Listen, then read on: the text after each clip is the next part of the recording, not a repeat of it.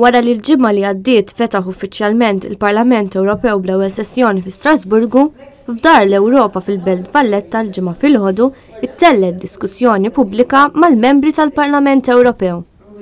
Preżenti f'isem il-Partit Nazzjonalista kien hemm Roberta Metsola.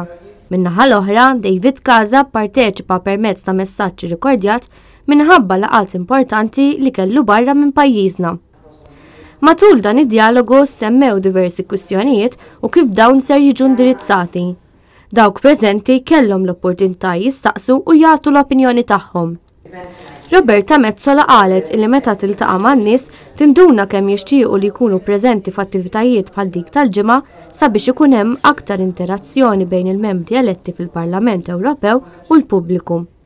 Min-naħa tiegħu David Casa qal li għalkemm din mhux l-ewwel darba li ġie elett fil-Parlament Ewropew, l-entużjażmu dejjem jibqa' hemm minħabba l-isfidi ġodda li jkunu u l-fatt li dejjem jinħtieġ ħidma differenti għal pajjiż aħjar.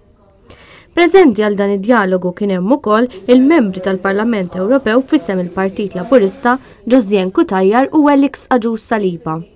Intant il-ħidma tal-Parlament Ewropew tkompli l-ġimgħa d-dieħla fejn ser ikun elett il-President tal-Kummissjoni Ewropa b'vot dirett mill-MEPs.